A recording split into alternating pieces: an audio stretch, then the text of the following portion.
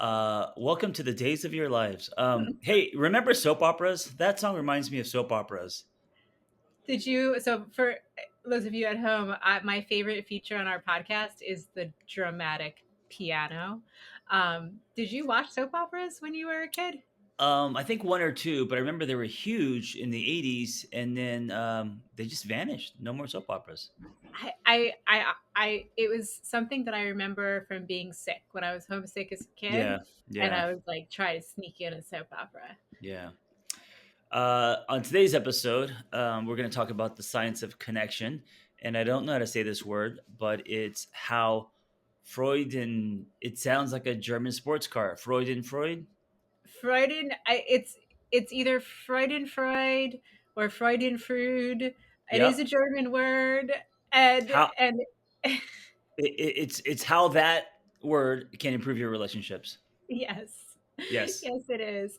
And really specifically, why are we talking about this? Is because it's been in the news a lot recently. Mm, There's been a lot of coverage, especially through a viral article in the New York Times about how finding pleasure in somebody else's good fortune increases your own lived experience. right. Um, and we were talking about this, I think, in the previous episode, how that's kind of rare and hard to do. Yeah. And maybe I don't know. I feel like you think it's not rare. I feel like you think that it is more common than I think. But maybe it's because I live in Los Angeles. I don't know why, but I think we have different experiences. I don't know a lot of people who are genuinely happy when other people, friends, are successful. Maybe they show like they are on the outside, but on the inside, I don't know if they genuinely are. I mean, I I, think this might be a symptom of Los Angeles. I don't know. But what's your lived experience? well, I Like, was going to so say, I think maybe part of it is because of something that happened to me. A close friend of mine, he started to on a text. He started to be very mean, very kind of like we're on this text thread, and he started to kind of roast on me in certain ways, and he would do it to where it would be below the belt. And so on a ooh, different thread, I said, "Hey, what's going on? Like, why are you being so mean?" Because we know we could joke around, whatever, locker room talk, but once it gets kind of like below the belt, and he said, "Look, I'll be honest with you. I'm jealous because I work my ass off, and you're publishing all these books. I wanted to be a writer. It's not happening for me." And I said, "Well, I'm sorry. We could talk about that, and thank you for being honest." But that was an example of someone who wasn't happy for my success, quote unquote success, but was more jealous, and so he was kind of being childish by making fun of me a lot. wow. I'm Yeah. sorry you had that I mean, experience. it's over now. We're good, but I respected the fact that he was honest and not saying like, well, you need to man up or whatever, right? I'm glad it didn't become toxic. Yeah, and being mean to someone is never a great look, right? For any of us, regardless of what our feelings might be. But I think the point that you're bringing up is really worthy of examination as part of this conversation, Hmm. because it really comes down to relational currency and the way that we view the relationships in our lives as adding a benefit to our lives. Hmm. So for me, my community is everything. Like, Hmm. whether I'm successful or not, the people in my life are the ones who make my life great. And my life probably wouldn't change too much based on my own level of personal success, because the relationships that I have in my life are really what bring me joy. And the Hmm. relationships that I have in my life are also um, supportive of me as a whole human, and I would be of them. Like, if you Right. called me and said, Noelle, can you help me? I need X. I would be like, yes, and move mountains to make it happen. And you've done the same for me. Mm. So, in a situation where you're describing where your friend got jealous and acted out in a very, Right. not cool way, what that does for me is say, oh, that person probably doesn't have a clear understanding of the benefit of healthy and close relationships.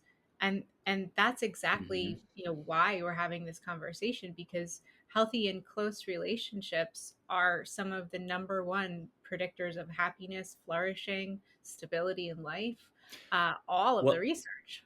this person doesn't have a clear definition because of what he's doing. So instead of being vulnerable and opening up, and then feeling connection, and then feeling support from whether it's me or someone else saying, "Hey, listen, I know you're in a tough spot. How can we support you?" or whatever.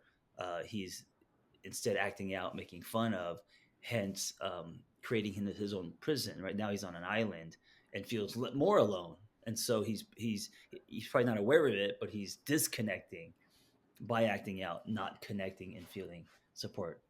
Very much, very Yeah. much. And so, how does this fit into our world of as coaches, and why do we care? Hmm. Well, as a coach, you're working with somebody to to reach a goal. You're working with someone to improve their life. And something that we talk about in coaching is that you coach the person, not the problem.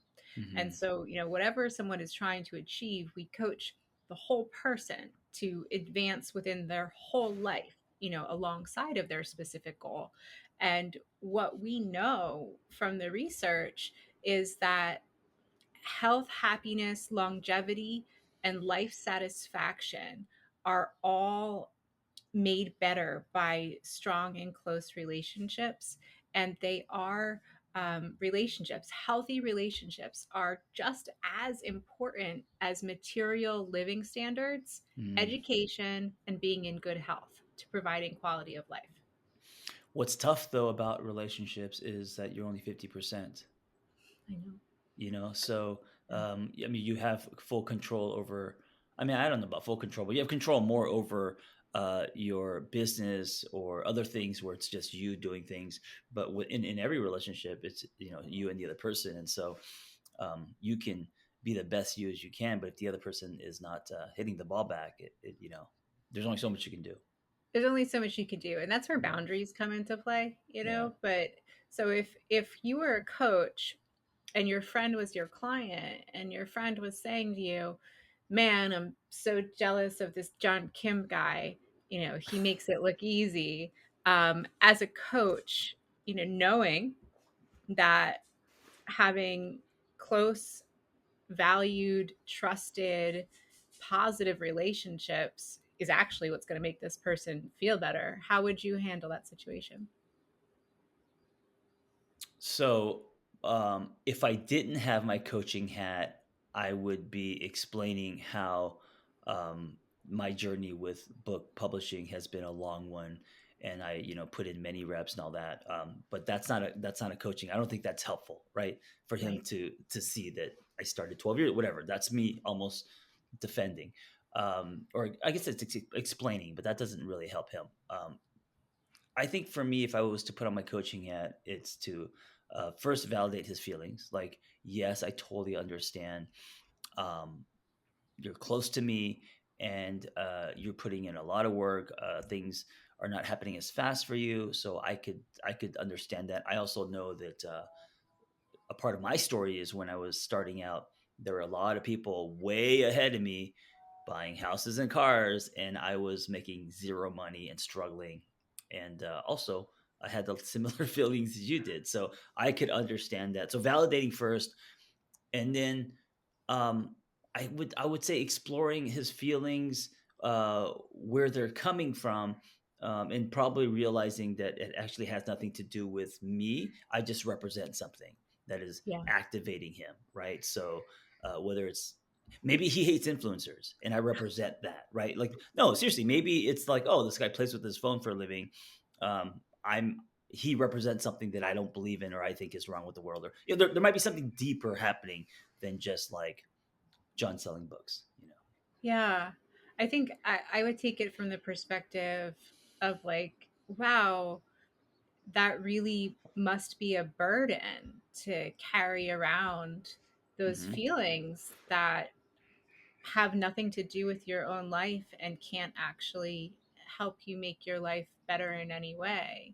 Yeah. What would it be like for you to turn your dial to the positive parts of this relationship, and how might it enhance your life to lean into this relationship, and perhaps even see this person who you clearly admire as a resource and an ally.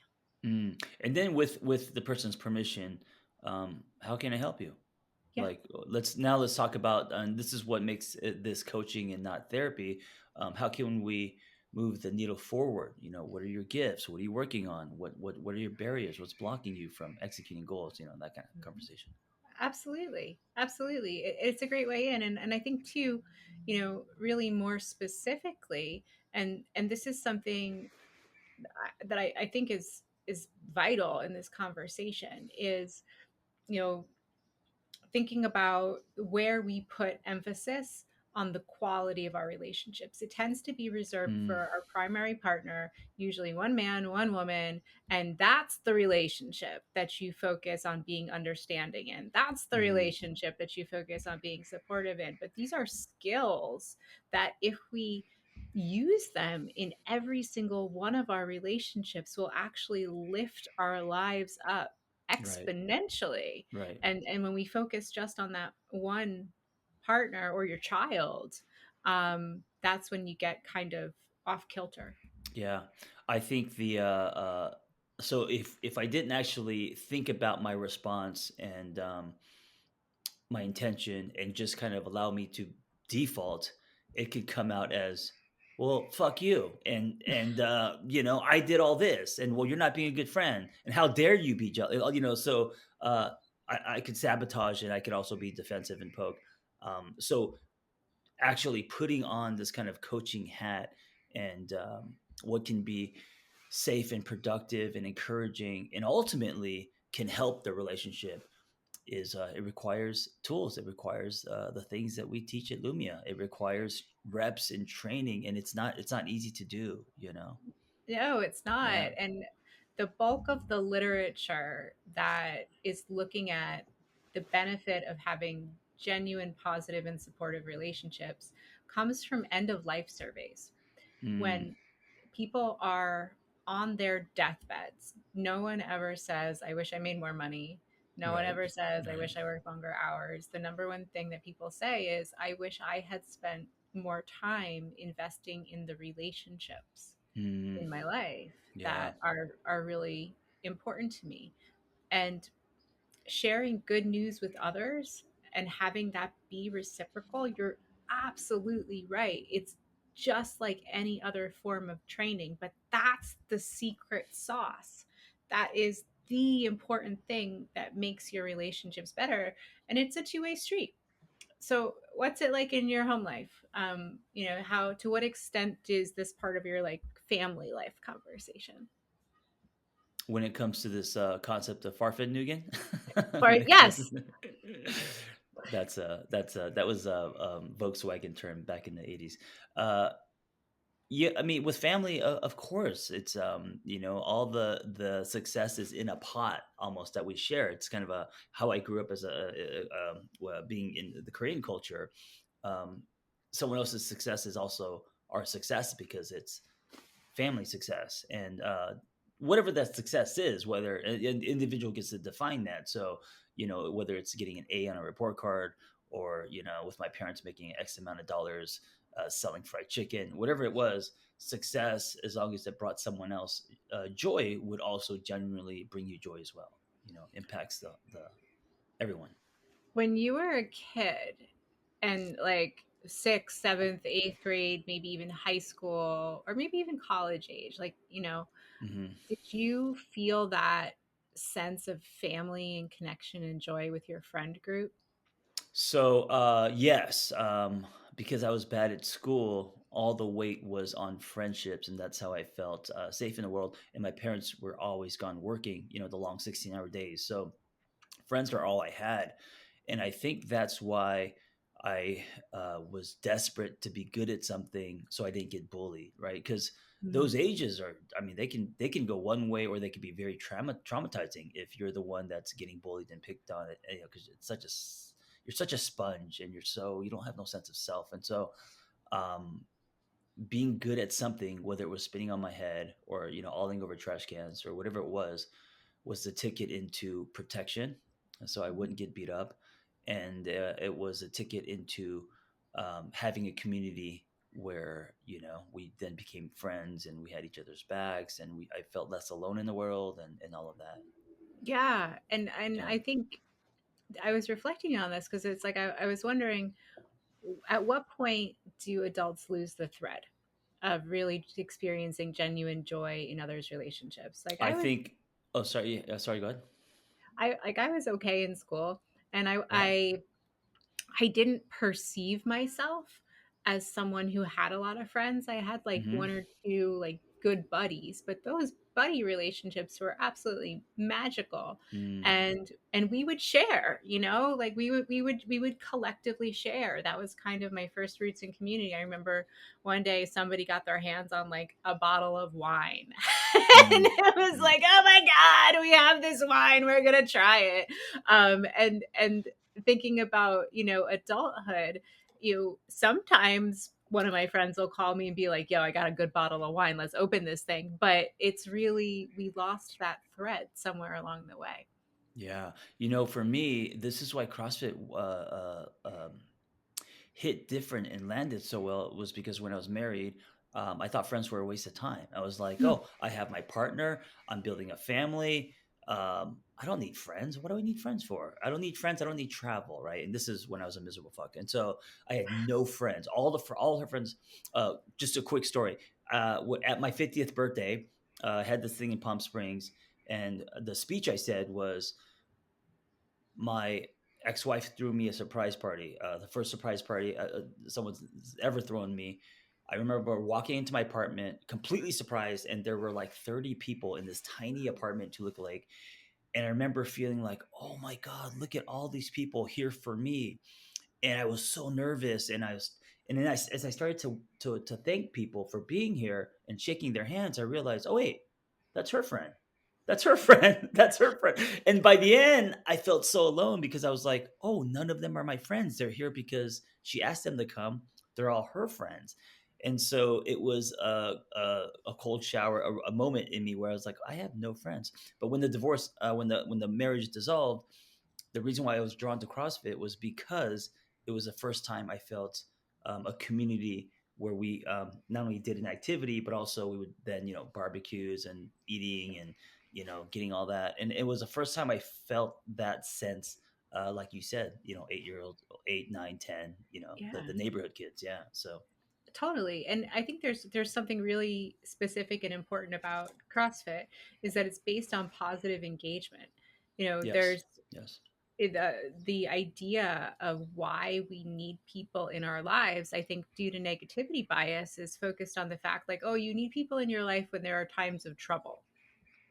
That is only 50% of the equation. We also need people in our lives during times of joy, Mm, times of inspiration, times of growth, times of striving for something. And in that CrossFit family, everybody was there to be together, hmm have fun, and get hmm strong.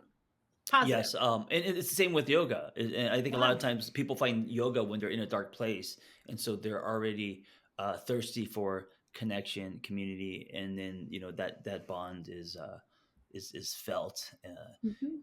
But I think what's interesting is so there's yoga, CrossFit, these other kind of activities that bring community together and bonds people, but you don't see that a lot in the workplace. I feel like in the workplace there's a lot of competition, a lot of fear. It's Mhm. like we don't have the same kind of mindset that we should. No. Yeah. And one of the a lot of the literature about workplace culture that's coming out right now is talking about the importance of having friends at work. Yeah. And even at, higher levels, make friends at every level of the organization for a lot of different reasons. And from a coaching perspective, this is one of the things that we want to be evaluating alongside our clients. Well, Mm, what are the health of your relationships? What are the health of your relationships at home? What are the health of your relationships at work? Do you have friends? Do you have hobbies? Do you have positive engagement? Because all of this at the end of the day is about our health, Hmm. our actual health in the world. And when we have these intentional inputs, it creates positivity resonance, which do you know anything about positivity resonance? I know we talked about No, it, but no. it's this is actually an NIH study, National Institute of Health, and positivity resonance is a really specific kind of interpersonal connection that's characterized by shared positivity, Hmm. mutual care, concern, behavioral and biological synchronicity. Like when you just get someone and they just like Oh, yeah, get yeah, you, yeah, yeah. and it is hands down associated with well-being. So So this is is it also like where you feel like you've known the person in a different lifetime, that kind of stuff too, maybe? I mean, I think that's So kind of like a karmic connection, but karmic, hey, yeah, yeah, you yeah. know, Got it. but that is positivity resonance, Right. and like there are certain people where you build that relationship over time. Hmm. I think you and I are a good example. We've built our relationship over time. I don't think we Yeah. instantly snapped into like a huge friendship. It Hmm. grew, Yeah. but that resonance has multiplied, you know, so much. Hmm. um so where if you're a coach and you're aware that your client is in a deficit in terms of positivity resonance, friends, positive connection, where would you have them start? How would you approach that with asking somebody to take a look at this? I would ask what their interests are, and then find a community where that's the common thread. So Yeah, instead of forcing yourself to go and search for friends, because as adults it's so hard to find friends, right? Instead, go do what you love. So whether it's cycling or art or a book club or whatever, and then thread that into your life, and then from that I think organically friendships will happen. You're already starting with people, like-minded people, so people with same totally, interests. Yeah, that would totally. be the way to go, I think. Yeah, I ask my clients to look at the characteristics of Mm, like, well, what is a good relationship for you? Because hmm. I have one client I'm thinking of who's like a really deep person, just like does it like bypasses the shallow end of the pool altogether, Hmm. wants to talk about like death, you know, Hmm. um, and for that particular client, what I call like a cotton candy friendship isn't going to Hmm. cut it. So I was like, well, what are the characteristics of the people you actually enjoy being around, and how can you get more of those people in your life? um, I also think that at work, I've seen a trend where people, you know, we've done it forever, but other companies are starting to kick off meetings with like, well, share one great thing that happened during your weekend, or like, what's one Mm. positive thing that we could share to start us off? It's like little things like that that start to get you in the mindset of all of this. Um, and then gratitudes for your family rituals, or even a Mm. solo ritual. um, I find a gratitude practice to be absolutely changing, and when you share it with other people, this is how it all works. Well, it's proof of that. Thanksgiving, right before you have the meal, or Christmas before you open presents, everyone's so loving, and people are opening doors, and all the stuff that we're angry about with our family, it's not, it's not on the, it's we're grateful, and thank you so much, I feel so blessed. Now 2 hours later people are throwing chairs, but it's like in that I remember, because like when Christmas comes to LA, the tone changes. I mean, people are making eye contact, people are so friendly, they're tipping more. And yeah, that really is actual the power of gratitude, even though it's temporary, and that's unfortunately. But I feel it every Christmas in LA, and I feel it during Thanksgiving with family. Man, if I ever move back to LA, it's going to be like my personal mission to spread positivity resonance.